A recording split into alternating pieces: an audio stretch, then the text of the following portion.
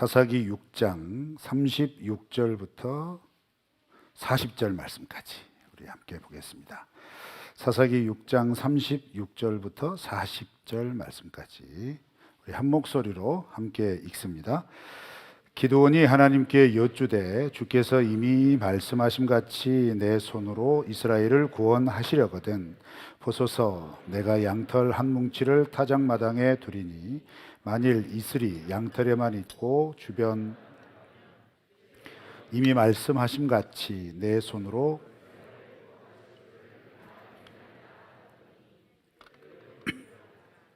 이튿날 기드온이 일찍이 일어나서 그 양털에서 이슬을 짜니 물이 그릇에 가득하더라.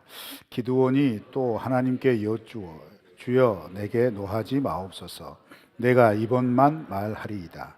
구하옵나니 내게 이번만 양털로 시험하게 하소서. 원하건대 양털만 마르고 그 주변 땅에는 다 이슬이 있게 하옵소서 하였더니 그 밤에 하나님이 그대로 행하시니 곧 양털만 마르고 그 주변 땅에는 다 이슬이 있었더라. 아멘. 기도하실까요? 하나님 아버지 감사합니다. 우리의 삶에 여전히 함께하여 주셔서 우리의 모든 걸음걸음을 선하게 인도하여 주시는 살아계신 하나님의 은혜로 저희 다시 모였습니다. 하나님, 이렇게 모일 때 우리의 삶을 책임지시는 하나님을 깨닫게 하셔서 각양각색의 감사의 예물들을, 그리고 하나님 앞에 결심한 예물들을, 하나님께서 기뻐하실 예물들을 드렸습니다. 주께서 이 모든 예물들을 가운데 함께 하셔서 격려하여 주시고 하나님의 마음으로 드리는 손길마다 하늘의 문을 여셔서 하나님의 한량없는 사랑의 마음을 깨닫게 하여 주시옵소서. 은혜로 채워 주시옵소서. 하나님 아버지, 무엇보다 우리가 이 자리에 모여 예배를 드릴 때 주께서 우리의 영혼을 살리시려고 늘 말씀하여 주시니 감사합니다. 이 시간에 저희에게 말씀하여 주시는 것 더욱 잘 듣고 잘 깨달아 하나님과 함께 걸어가는 걸음 힘있게 걸어갈 수 있도록 인도하여 주시옵소서. 이를 위하여 주께서 저희들에게 들을 귀를 열어주시고 우리의 마음들을 어루만져 주셔서 우리의 마음에 새겨지는 말씀들이 기억하고 간직해야 할 은혜와 생명의 말씀으로 새겨주실 줄 믿습니다. 우리 모두에게 은혜를 베풀어 주실 예수님의 이름으로 기도합니다. 아멘. 저희가 지금 사사기 묵상을 하고 있습니다. 11월 달부터 사사기 하고 있죠. 한번 생각해 보실까요? 사사기에서 정말 중요한 몇 가지 주제들을 우리는 잘 알고 있습니다. 대표적으로 생각하는 주제들은 사사기 하면 지 마음대로 살았다라는 거죠. 지 마음대로 사는 세상, 그런 세상이 사사기 세상이었습니다. 그렇죠? 그런데 왜 이렇게 자기 마음대로 살아가게 되었을까 했을 때 사사기의 출발은 그것은 다른 세대가 되었기 때문이다 라고 얘기합니다. 이전과 다른 세대. 그러면 이전과 다른 세대는 왜 그렇게 되었을까 했을 때 우리가 출애굽기에서부터 쭉 묵상해 오신 것들을 생각해 보신다면 하나님의 말씀대로 살지 않았기 때문입니다. 즉 순종의 문제가 늘 걸려 있었다는 겁니다. 마찬가지로 우리의 믿음의 삶도 그럴 겁니다. 우리가 정말 잘 믿고 싶고 하나님의 뜻 안에서 늘 하나님 말씀대로 살아가고 싶지만 그렇게 살아가는 구체적인 행동인 순종이 우리의 마음에 걸리기 십상이죠. 그래서 오늘 말씀은 크게 두 가지 관점으로 접근을 하고 살펴봤으면 좋겠습니다. 첫 번째는 왜 우리가 순종을 해야 할까? 순종을 할 수밖에 없는 이유가 있을까? 이거 한번 살펴보고요. 그 다음에 이제 이렇게 순종을 해야 한다면 어떻게 순종할까? 우리가 하나님의 말씀을 듣고 그 말씀을 따라 내 삶의 현장에서 어떻게 순종하는 것이 하나님께 순종하는 것일까에 대한 것을 사사기 6장의 말씀을 통해서 살펴보도록 하겠습니다. 여러분, 사사기 6장은 이스라엘의 다섯 번째 사사인 기드온이 등장하는 장입니다. 다섯 번째 사사인 기드온의 이야기는 6장부터 시작해서 사사기 9장까지 쭉 이어집니다. 그리고 분량으로 보았을 때 사사들의 이야기 중에 가장 분량이 많습니다. 성경의 기록 원리를 조금 이해하신다면 분량이 많을수록, 반복이 될수록 굉장히 중요하다는 겁니다. 실제로 이런 중요성으로 접근해 보았을 때 기드온의 이야기가 왜 중요하냐? 첫 번째, 여러분 16명의 사사가 세워지고 하나님의 일을 감당하였지만 그 16명의 사사가 어떻게 세워지는 과정에 대해서는 구체적으로 기록이 안 돼 있습니다. 기드온을 제외하고요.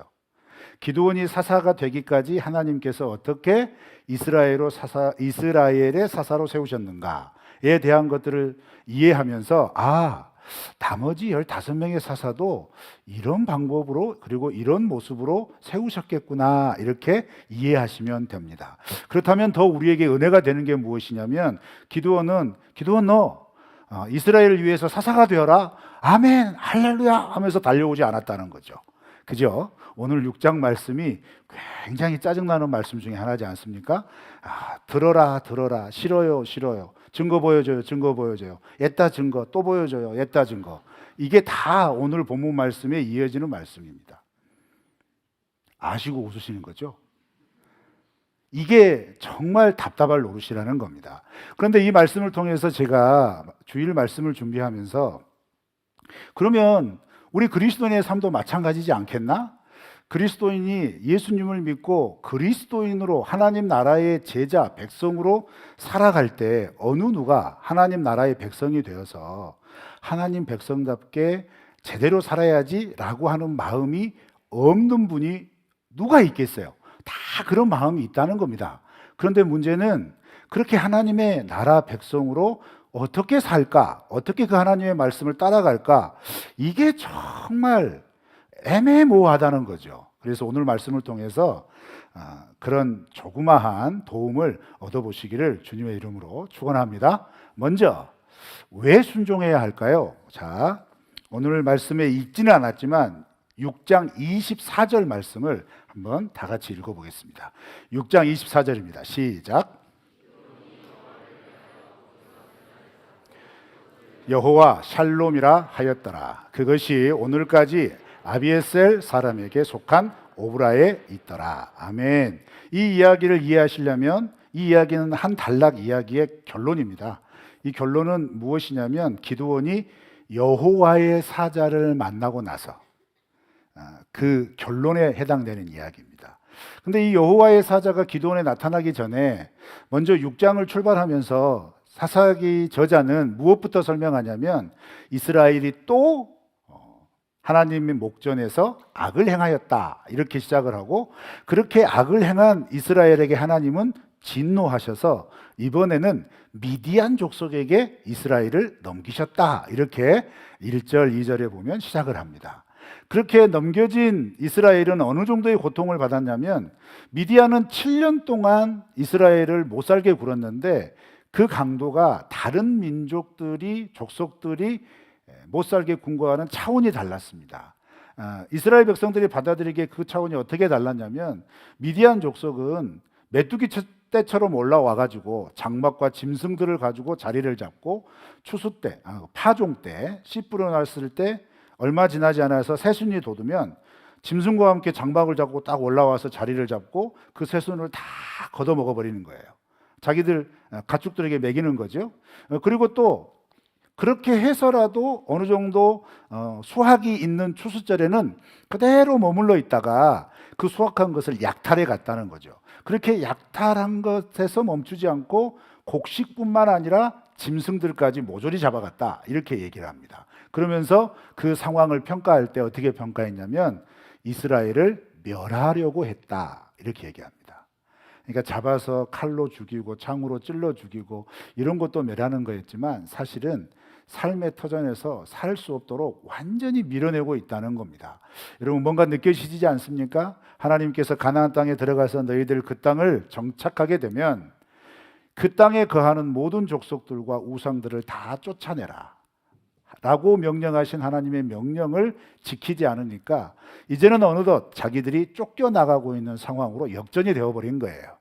그렇게 쫓겨나가서 이스라엘 백성들은 어떻게 살았냐면 산으로 올라갑니다. 특별히 기드온 이야기의 배경은 어디냐면 지도를 쫙 펼쳐놓고 보시면 갈릴리 호수 바로 밑에 요단강이 시작되는 그 지점에 넓은 평원이 있습니다. 이름하여 이스리엘 평원이라고 그러죠. 일단 들으세요. 무슨 말인지 모르셔도. 이스리엘이라고 하는 넓은 평야가 있는데 그 평야는 가나안 땅에서 가장 비옥한 땅입니다. 그냥 뿌리기만 하면 거둘 수 있는 땅이라고 해도 과언이 아닌 땅이라는 거죠. 그런데 그 땅을 분배받은 지파가 어떤 지파냐면 므낫세 지파입니다. 므낫세 지파에 속해 있던 사람이 기드온이죠.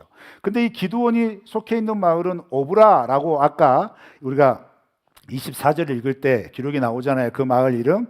오브라라고 하는 지역은 어디에 있냐면 이 갈릴리 호수 바로 밑에 이스라엘 평지에서 지중해 연안으로 넘어가는 길이 유일하게 한 길이 있습니다. 왜 길이 한 개밖에 없냐면 그 지중해로 넘어가는 그 사이에 굉장히 험한 산지가 있어요. 그래서 그 산지를 통과하는 길을 겨우 하나만 딱 뚫어놨다 이 말이에요. 그것을 성경에서 자주 등장하죠. 무깃도라고 그러고, 여러분들이 좀 관심 있고 예수님의 재림에 대해서 궁금해하셨던 분들에게 많이 익숙해 있는 아마겟돈 지역이 바로 거기입니다. 그 무깃도 지역의 길을 통과해서 지중해 연안으로 나가게 되는데, 문제는 이쪽에 산세 넘어가는 산세가 너무 험해서 사람이 살 수 없는 지역이에요. 그런데 기드온의 시대 때 미디안 족속에게 밀려가지고 이스라엘의 므낫세 지파 사람들은 그 산속으로 도망갔다는 겁니다. 그래서 그 산속에다가 웅덩이를 파고 골짜기에다가 거처를 마련하고 동굴을 만들어서 거기에서 살았다는 거죠. 순식간에 석기 시대가 되어버린 거예요. 역사적으로 보면 지금 이 이야기는 청동기 시대 말에 펼쳐지는 이야기인데 문명이 순식간에 도태가 되어버린 거죠. 왜 그렇게 도태가 됐어요? 하나님의 명령에 순종하지 않은 결과라는 것이죠. 그런데 그 상황에서 하나님께서 이스라엘 백성들이 너무 고통스러워서 울부짖으니까 처음에 4명의 사사, 온니엘부터 시작을 해서 에훗, 삼갈, 드보라, 이 4명의 사사 때까지는 그렇게 이스라엘 고통 중에 부르짖을 때 어떻게 하시냐면 바로 사사들을 세워주셨어요. 그런데 이 기드온 때는 곧바로 기드온을 세우지 않습니다. 무엇부터 하냐면 선지자를 보내십니다. 선지자를 보내셔서 이스라엘 백성들에게 먼저 말씀하시는 거예요. 너희들이 나를 버리고 떠났다.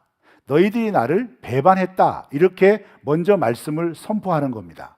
그리고 그 말씀은 선포되는 선지자에 의해서 이스라엘 지역 전역에 쭉 선포가 된 겁니다. 그리고 이 말을 기드온도 들었단 말이죠. 그리고 나서 여호와의 사자가 포도즙 틀에서 밀 타작을 하고 있는, 밀 추수를 하고 있는 기드온에게 나타나신 거예요.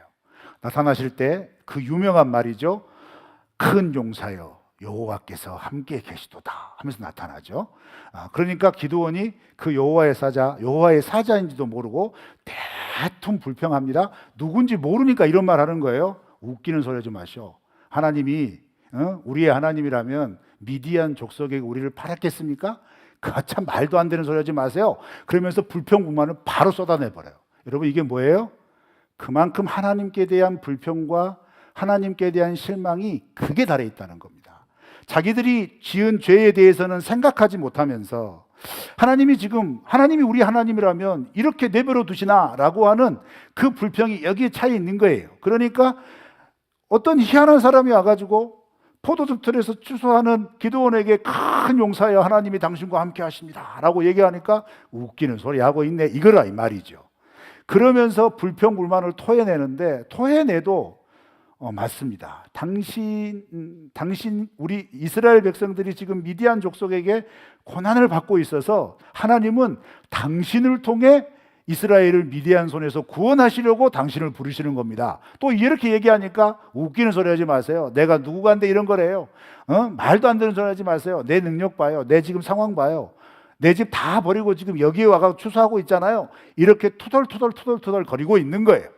그러니까 그럼에도 불구하고 이스라엘 여호와의 사자가 계속해서 아니다, 당신의 손에 의해서 이스라엘은 미디안의 손에서 구원을 받을 겁니다 라고 얘기하니까 기드온이 듣다가 그렇다면 증거를 보여주세요 하면서 여기 잠깐 계세요. 도망가지 말고 내가 집에 가서 제물을 만들어서 올 테니까 여기서 제사를 드릴게요. 그럼 당신이 한 말 정말인지 증거를 보여주세요 라고 하면서 집에 가서 제물을 만들어 오죠.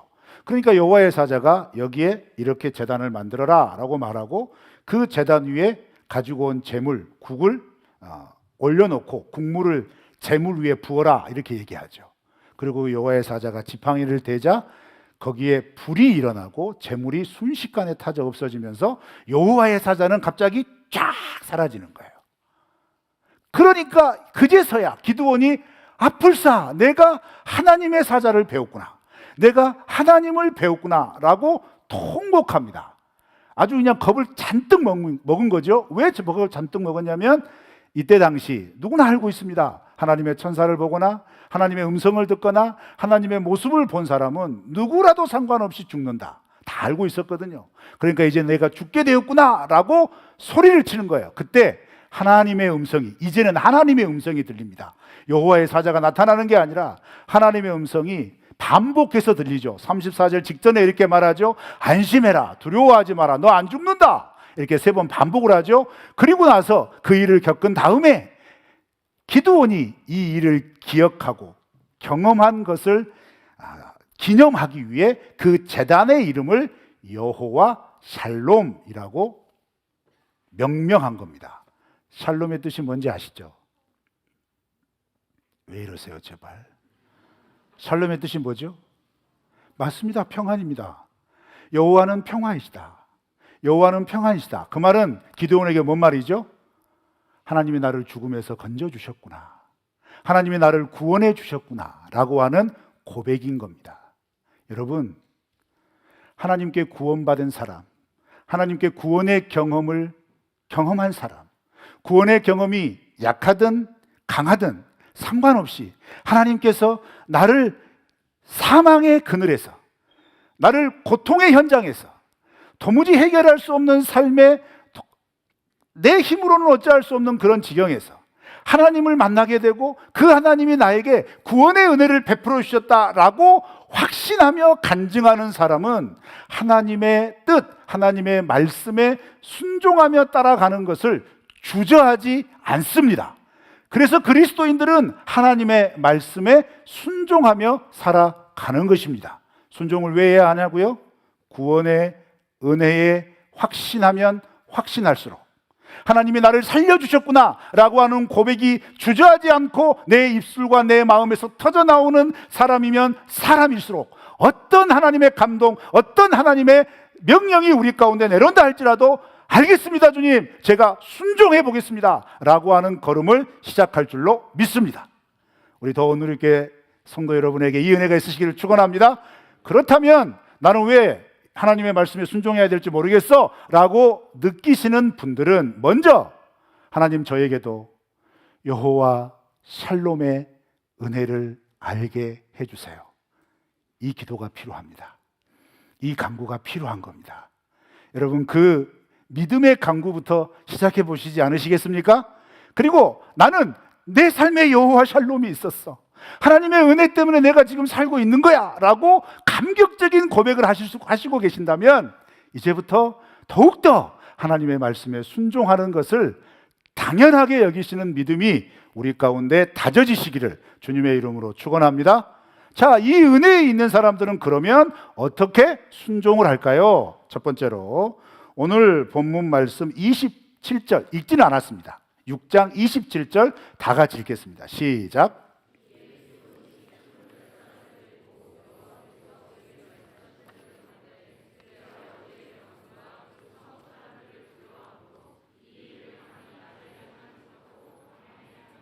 아멘.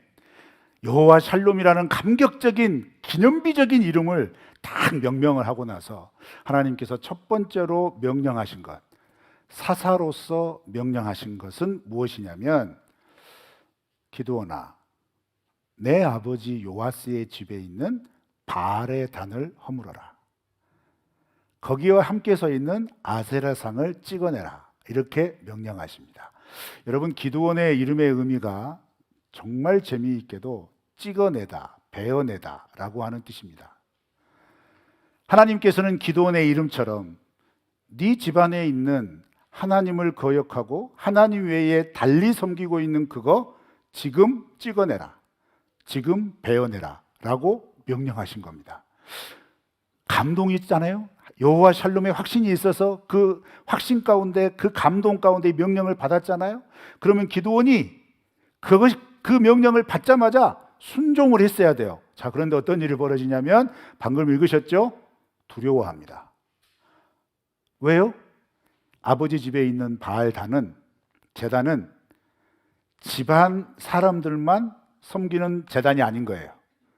마을 사람들이 함께 섬기는 제단인 거죠. 그러니까 기드온의 아버지는 마을 사람의 바알의 제단을 관리를 하든 바알 제단 앞에 뭔가 역할을 하는 그런 역할을 했었을 거라고 생각이 되는 거죠. 그래서 이걸 만약에 내가 이 백주대난에 가서 딱 찍어내버리면 야, 나 생명 보존하지 못한다. 겁을 먹은 겁니다. 여러분, 이 상황에 처해 있는 기드온의 마음이 어떨까요? 생각해 보세요. 이거 참 난처할 거예요. 그렇죠? 하나님의 은혜는 받았는데 감동으로 뭔가 하라고 그래서 좀 해야 되겠는데 좀 뭔가 하려니 이거 굉장히 거센 반발이 예상이 되는 거죠. 이거 어떡하지 하고 있는 거예요. 그런데 제가 이 말씀을 준비하면서 진짜 은혜됐던 구절이 어디냐면, 그 단어가 어디냐면 밤에 행하였더라.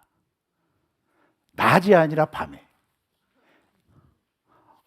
여러분, 이게 왜 은혜가 되는지 한번 생각해 보세요. 여러분, 진짜 이거 은혜 되는 거예요. 왜냐하면요, 여러분 누구나 예수님을 믿고 교회에 나와서 신앙생활을 합니다. 이제 막 예수님을 영접하고 신앙생활을 할 때 많은 사람들이 이제부터 당신은 예수 믿고 신앙생활을 시작했으니까 하나님의 말씀에 순종하고 이렇게 살아가야 됩니다 라고 하면서 누구 기준을 대부분 제시하죠? 이제 막 교회 나왔는데 목사님 기준을 제시하죠. 목사님처럼 믿으면 됩니다 이렇게 하면서. 여러분, 그러면 이 친구는 어떻게 되죠? 그래야 되는구나 하는데 목사님 하시는 걸 가만 보니까 어때요? 하겠어요? 못 하겠어요? 미치고 환장을 노리시죠?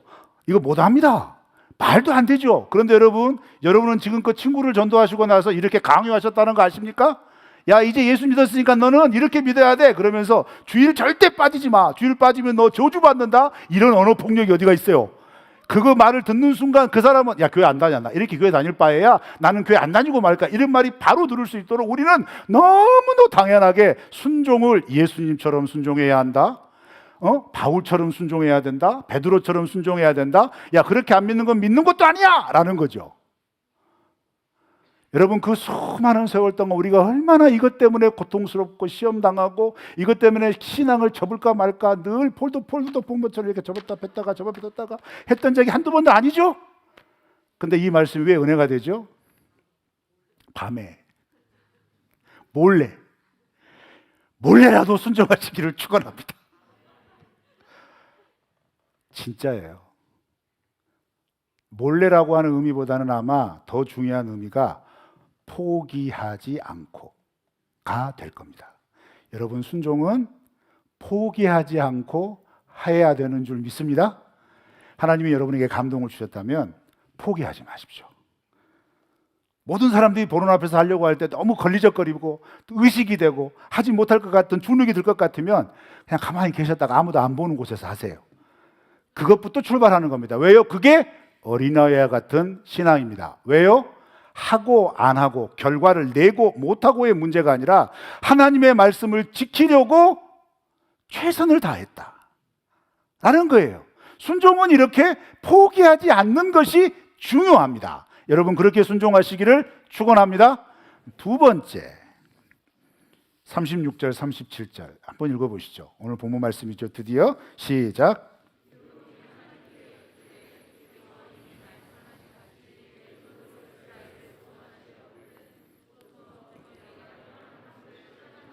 둘이니 만일 이슬이 양털에만 있고 주변 땅은 마르면 주께서 이미 말씀하신 같이 내 손으로 이스라엘을 구원하실 줄을 내가 알겠나이다 하였더니. 아멘. 자, 여기에서 36절 37절에서 어떤 문장이 두 번 계속 반복이 되죠. 어떤 문장입니까? 네, 이미 말씀하신 대로입니다. 그런데 더 확장해서 보세요. 그 앞에 뭐가 있죠? 주께서 이미 말씀하신 대로. 그 다음에 뒤에 뭔 말이 있죠? 내 손으로 이스라엘을 구원하게 하신다. 요 문장이 2번 반복됩니다. 주께서 이미 말씀하신 대로 내 손으로 이스라엘을 구원하게 하시려거든. 자, 여러분, 순종은 어떻게 해야 되냐면, 사실 여러분 신앙에 감동이 있고 넘쳐나면 오버하기 십상이죠. 그렇죠? 선 넘습니다, 여러분. 선 넘는 건 일도 아닙니다. 어떤 선이 넘죠? 내 마음대로 선이 넘습니다. 내 마음대로 순종하려고 해요. 그렇죠? 그 하나님을 위한 일인데 감동받아서 이거 하나님께서 내게 감동 주신 거예요 하면서 하는데 주변 사람들이 모두가 화들짝 놀랍니다. 그게 과연 하나님이 감동하신 것이니?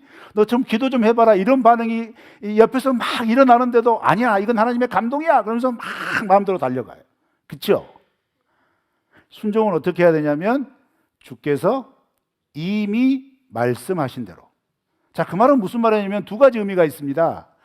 여러분, 우리가 하나님의 백성답게 살아가려고 하는 모든 하나님의 가르침은 이미 성경 말씀에 기록이 되어 있습니다. 새로운 계시 없다 이 말이에요. 새로운 말씀 없다 이 말이죠. 그런데 사단이 오늘날 세대에 우리를 유혹하는 가장 많은 방법이 뭐죠? 주요한 방법이 뭐죠? 야, 지금 말씀보다 더 기가 막힌 말씀이 있어. 들어봐봐. 이거예요. 여기에 딱 걸려들죠? 왜 걸려들까요? 일단 말씀 모르니까. 그러니까 더 새로운 말씀 있나 보다 하면서 따라가죠. 아니죠, 여러분. 그것보다 더 깊이 자리 잡은 심리가 뭐가 있냐면 남들이 모르는 나만이 아는 말씀. 요 유혹에 탁 빠져버려요. 그러니까 순종을 하더라도 내게 주신 하나님의 말씀이 더 특별하게 다가오게 되는 거죠. 그 유혹이 분명합니다. 그러나 여러분, 순종은 하나님께서 이미 말씀하여 주시는 그 감동을 따라 그 말씀대로 순종해야 될 줄로 믿습니다. 그 다음에 또 두 번째는 뭐냐면, 여러분 지금 이 말씀을 언제 하고 있냐면 유명한 양털 시험입니다. 기드온이 그렇게 집안의 우상 단지들을 다 제거하고 나서 하나님께서 이제 이 시험을 통과한, 이 테스트를 통과한 기드온에게 어떻게 해요? 야, 이제 미디안이 쳐들어왔으니 나팔 불어라. 나팔 불어서 사람 모아라. 그리고 전장으로 나가라 라고 이렇게 명령을 하시죠. 그래서 나팔 불었단 말이죠. 그랬더니 32,000명이 쫙 모인 거예요. 집결을 딱 했단 말입니다. 그런데 집결을 하고 나서 바로 출정을 해야 되는데 이 기드온이 미적미적거리고 있는 거죠.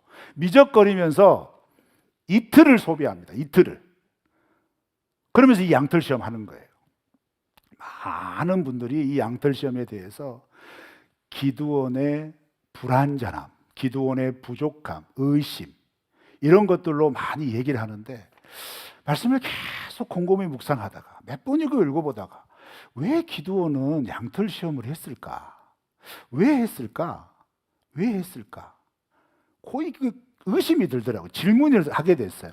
왜 했을까? 여러분 한번 고민해 보세요. 왜 했을 것 같아요? 그러면서 왜 했을까 고민을 하다가 고민하던 중에 갑자기 뇌리를 탁 스치는 하나님이 주신 생각이 있었어요. 그건 뭐냐면 맞다. 순종하려고 시험한 거다. 자, 여러분 지금 기드온은 7년 만에 여호와의 사자 본 거예요. 그죠? 7년 만에 하나님 음성 들은 거예요. 그러니까 지금 이 나이가, 예를 들어서 기드온 나이가 한참 젊은 20대라면 정말 오랜만에 하나님의 음성 감동을 받은 겁니다. 정말 오랜만이에요. 여러분, 물리적인 시간이 떨어져 있는 만큼 하나님을 만나서 새롭게 출발할 때 그 물리적인 시간이 쉽게 덮어질까요? 천만의 말씀 만만의 콩떡입니다. 절대 그 물리적인 시간 뛰어넘지 못합니다. 한꺼번에 넘지 못해요. 무슨 말이냐면 하나님을 떠나서 제멋대로 살던 시간이 긴 시간이었을수록 하나님께 돌아와서 이 긴 시간의 삶의 습성과 마음의 태도와 자세, 이런 것들을 정리하는 시간들은 반드시 필요하다는 거죠. 그런데 지금 기드온은 굉장히 빠르게 하나님께서 불러내시고 압박하면서 몰아내고 계시거든요. 이스라엘 백성들을 그렇게 구원하시려고요. 그런데 기드온은 지금 그 사명을 딱 받고 나서 현적들을 출정하려고 할 때, 나 얼마 전에 나 포도즙들에서 밀 추수했는데 어떡하면 좋아. 나 한 번도 칼 잡아본 적 없는데 이거 어떡하지? 아이고, 나 이 병법 하나 제대로 모르는데 이거 어떡하나? 그러지 않겠어요, 여러분? 기드온이 큰 용사다라고 여호와의 사자가 외쳤지만 그것은 기드온이 정말 큰 용사가여서 부른 게 아니잖아요. 히브리어 문장은 어순이 완전히 반대입니다. 하나님께서 함께 하시는 자여 당신은 큰 용사다 이렇게 돼 있어요. 그러니까 큰 용사란 말은 외적으로 볼 때 어떤 조건도 기드온에게 해당되지 않는 겁니다. 그런데 그 상황에서 이제 미디안의 연합군과 그들을 7년 동안 압제했던 그 무시무시한 연합군과 직면해야 합니다. 순종은 해야겠는데 마음속에 담대함을 가지고 가고 싶어도 주저함과 두려움과 떨림이 있었겠습니까? 없었겠습니까? 있었겠단 말이죠. 그러니까 어떻게 해야 돼요? 하나님, 나 갈 테니까 좀 증거 좀 보여줘 봐요. 하나님, 내가 좀 순종해 볼 테니까 확신 좀 줘보세요. 37절 말씀에서 하나님 노하지 마세요. 제발 짜증내지 마세요. 한 번만 더 해주세요 하면서 두 번째 시험 부탁하면서 그 마음이 그대로 담겨 있잖아요. 여러분, 순종은 첫 번째 원리와 똑같은 건데요, 포기하지 않는 것이 무엇이냐면 순종하기 위하여 하나님과 딜을 하더라도 순종을 놓치지 않는 게 순종의 자세인 줄로 믿습니다. 그런데 이 순종의 딜을 하기 위해서, 시험을 하기 위해서 기드온은 자기 근심 걱정, 자기 계획, 자기의 소신, 이걸 가지고 시험한 게 아니에요. 뭘 가지고 시험하신 거예요? 주님께서 이미 제게 말씀하신 대로 내게 미디안을 맡기시려면 요 증거 보여주십시오 라고 말한 겁니다. 사랑하는 성도 여러분, 때때로 살아가면서 우리가 하나님의 말씀에 직면하여서 내가 이 말씀에 이번에 순종해야 되겠다. 그런데 그 마음이 들었는데 한편으로는 이거 순종하면 남편이 뭐라 그럴까? 아내가 뭐라 그럴까? 이런 모습 보고 엄마 제발 정신 차리세요 라고 자녀들이 하지 않을까? 이런 무수한 현실적인 장벽이 탁 부딪히는 거죠. 직장에서는 어이 김대리 왜 그래? 건강검진 좀 끊어줄까? 정신 차려 이 친구야. 미치려면 곱게 미쳐야지.